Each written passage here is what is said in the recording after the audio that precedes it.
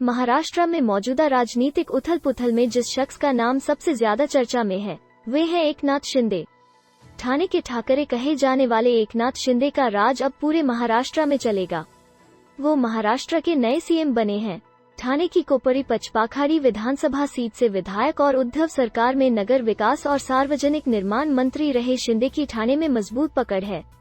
एकनाथ एक नाम नहीं बल्कि अपने आप में एक पार्टी है। ठाणे की जनता उन्हें शिवसेना के संस्थापकों में से एक आनंद चिंतामणि दिघे के प्रतिबिंब के रूप में देखती है। यही वजह है कि लोग आंख बंद करके शिंदे के फैसले के साथ खड़े हैं। दैनिक भास्कर ने भी शिंदे के साम्राज्य में पहुंचकर ये पड़ताल की कि कैसे एक मजदूर पिता और घरों में काम करने वाली मां का ऑटो ड्राइवर बेटा संघर्ष करके सत्ता के सर्वोच्च शिखर पर पहुंच गया। आप भी पढ़िए हमारी ये खास रिपोर्ट। पूरे ठाणे से उद्धव की फोटो गायब, हर तरफ दिखते हैं शिंदे। एकनाथ शिंदे के पीछे न सिर्फ ठाणे की जनता खड़ी है बल्कि 2/3 से ज्यादा यानी शिवसेना के 40 विधायक भी हैं। शिंदे ने उद्धव के खिलाफ बगावती सुर क्या बुलंद किए। पूरे ठाणे जिले में उनके समर्थन में बैनर और पोस्टर लग गए। इन पोस्टर्स में बाला साहब तो थे लेकिन मौजूदा शिवसेना प्रमुख उद्धव ठाकरे की तस्वीर गायब हो गई। राजनीति में एंट्री कर पानी की समस्या दूर की शिंदे का बचपन ठाणे के किशन नगर वागले स्टेट 16 नंबर में बीता। आज यहां उनका एक फ्लैट भी है। इसमें वे अपने माता पिता और 3 भाई बहनों के साथ रहते थे। उनके बचपन के दोस्त जगदीश पोखरियाल बताते हैं कि एकनाथ शुरू से ही लोगों के लिए खड़े होने वालों में से थे। यहाँ पीने के पानी की भारी समस्या थी।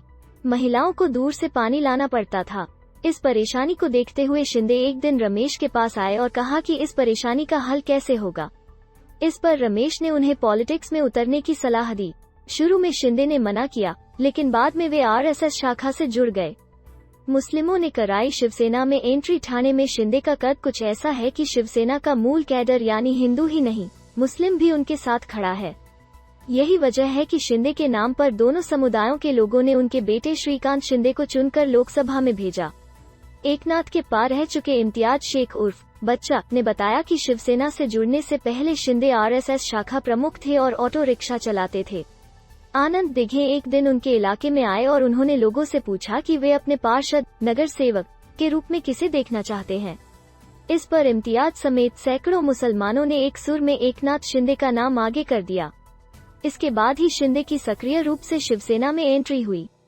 यही फैब्रिकेशन की दुकान चलाने वाले हफीजुर रहमान चौधरी ने बताया कि उनकी दुकान पर बैठकर ही एकनाथ शिंदे ने नगर सेवक चुनाव लड़ने का फैसला किया था। पिता गत्ते की कंपनी में और मां घरों में काम करती थीं। शिंदे आज भले ही महाराष्ट्र के नए सीएम बन गए हैं लेकिन एक वक्त ऐसा भी था जब उनके घर की आर्थिक स्थिति बेहद कमजोर थी। 1990-92 के बीच एकनाथ शिंदे की गाड़ी चला चुके हलीम शेख ने बताया कि उनके पिता संभाजी शिंदे एक गत्ते की कंपनी में और मां घरों में काम किया करती थी। इतनी गरीबी के बावजूद शिंदे ने कभी कोई गलत रास्ता नहीं चुना और हमेशा अपनों की मदद के लिए तैयार रहते थे। 2 बच्चों की मौत के बाद छोड़ दी थी पॉलिटिक्स। आज से 22 साल पहले यानी 2 जून 2000 को शिंदे की लाइफ में ऐसा टर्न आया कि उन्होंने पार्टी तक छोड़ने का निर्णय ले लिया।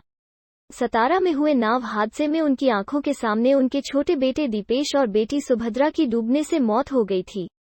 इस हादसे के बाद शिंदे इस कदर टूट गए कि उन्होंने राजनीति से संन्यास का ऐलान कर दिया। शिंदे के साथ पिछले 40 सालों से रह रहे देविदास चालके ने बताया कि बच्चों की मौत के बाद एकनाथ ने खुद को एक कमरे में कैद कर लिया। वे किसी से नहीं मिलते थे और न ही किसी से बात करते थे। फिर उनके राजनीतिक गुरु और शिवसेना के कद्दावर नेता आनंद दिघे ही उन्हें वापस राजनीति में लाए थे। मजदूर बने, मछली छीलने का काम भी किया। देविदास चालके ने यह भी बताया कि परिवार को आर्थिक तंगी से उबारने के लिए एकनाथ शिंदे ऑटो चलाने के साथ साथ लेबर कॉन्ट्रैक्टर के रूप में भी काम करते थे।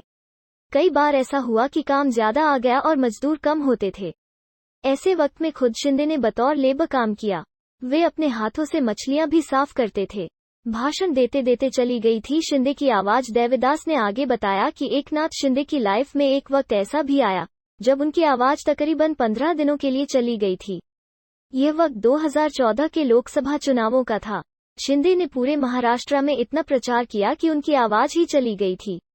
हालांकि डॉक्टर्स के प्रयास से उसे फिर से वापस लाया गया। इसके बावजूद वे शिवसेना के लिए लड़ते रहे और आज उन पर बागी होने का आरोप लगाया जा रहा है। उन पर आरोप वे लोग लगा रहे हैं जो कभी लोगों से मिलते तक नहीं थे। पानी में डूबते मोहल्ले को शिंदे ने बचाया था। एकनाथ शिंदे के मित्र और सुख दुहक के साथी रहे मिलिंद झा ने एक पुराने किस्से को याद करते हुए बताया कि एक बार किशन नगर इलाके से गुजरने वाली वाटर पाइपलाइन फट गई और इलाके में पानी भरने लगा। निगम के कर्मचारियों को आने में देर हो रही थी। यह जानकारी जैसे ही एकनाथ शिंदे को मिली, वे मौके पर पहुंचे और पानी में कूद गए। निगम के कर्मचारियों के आने से पहले ही उन्होंने टूटी हुई पाइपलाइन ठीक कर दी और इलाके को डूबने से बचा लिया। राशन खत्म हुआ तो शिंदे ने गोदाम ही खुलवा दिया। शिंदे के बचपन के दोस्त पोपट धोत्रे ने बताया कि एक बार उनकी चौल में राशन की कमी हो गई थी।